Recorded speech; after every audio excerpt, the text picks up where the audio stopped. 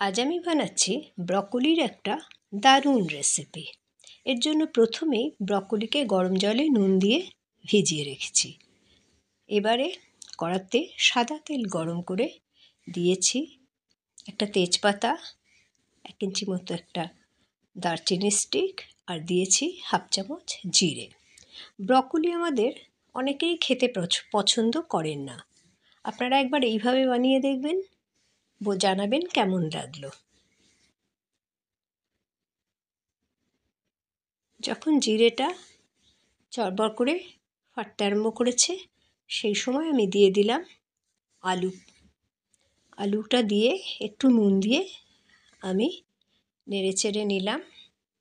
তারপর দিলাম টুকরো করে কেটে রাখা গাজর, দিয়ে ভালো করে নেড়েচেড়ে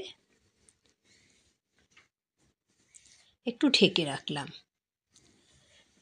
2-4 মিনিট পরে ঢাকাটা উঠিয়ে তাতে বিনও দিয়ে দিলাম। বিনটা দিয়েও একটু নেড়েচেড়ে ঢেকে রেখে দিলাম।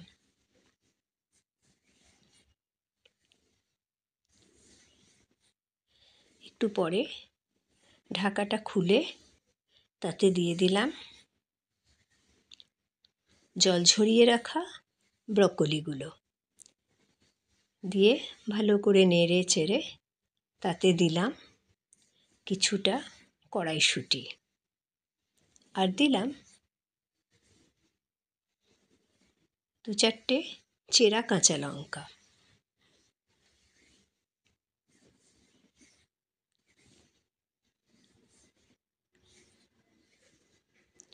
দিয়ে আবার একটু কষিয়ে নিলাম ভালো করে। সব কিছুই একসঙ্গে ভাজতে শুরু করেছি। এবার তাতে দিয়ে দিলাম একটু নুন, দিয়ে আবার ঢেকে রাখলাম। 2-4 মিনিট পরে ঢাকাটা খুলে তাতে দিয়ে দিলাম 1 চিমটে হলুদ গুঁড়ো, 1/4 চা চামচ জিরে গুঁড়ো, 1/4 চা চামচ লঙ্কা গুঁড়ো। আপনাদের ইচ্ছে হলে আপনারা হলুদ আর লঙ্কা গুঁড়োটা স্কিপ করতে পারেন। শুধু জিরে গুঁড়ো দিলেও হবে, কারণ এটা সাদা রান্না হবে, ওটা না দিলেও হবে। একটা বড় টমেটোকে লম্বা লম্বা পিস করে বড় বড় করে দিয়ে দিলাম।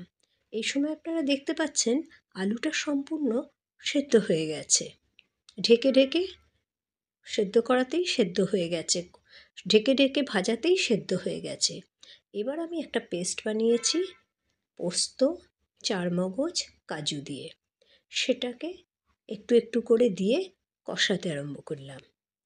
খুব ভালো করে কষে যাওয়ার পর মিক্সি ধুয়ে আমি জল দিয়ে দিলাম 1 কাপ মতো, দিয়ে ভালো করে নেড়ে চেড়ে নিলাম। আপনারা এই সময় আমি যেই মিক্সি ধুয়ে জল দিলাম, এই সময় আপনারা দুধও দিতে পারেন বা নারকেল দুধও দিতে পারেন। দুটো যদি না থাকে মিল্ক পাউডারও জলে গুলে দিতে পারেন। এবার আমি তাতে দিলাম চিনি আর দিলাম একটু গোলমরিচ গুঁড়ো, দিয়ে ভালো করে নেড়ে চেড়ে ঢেকে রেখে দিলাম। যখন সমস্ত সেদ্ধ হয়ে গেল, আমি দিয়ে দিলাম নারকেল দুধের পাউডার, কোকোনাট মিল্ক পাউডার। আমার কাছে কোকোনাট মিল্ক পাউডার ছিল, তাই আমি দিয়েছি। আপনাদের কাছে না থাকলে আপনারা শুধু মিল্ক পাউডার দিতে পারেন। দিয়ে এবং একটু ধনেপাতা কুচি ছড়িয়ে কিছুক্ষণ ঢেকে স্ট্যান্ডিং টাইম দিয়ে নামিয়ে নিলাম টেস্টি ব্রকোলি। আপনারা বানাবেন, বলবেন কেমন লাগলো। আপনাদের যদি ভিডিওটা ভালো লাগে লাইক করবেন, কমেন্ট করবেন, সাবস্ক্রাইব করবেন।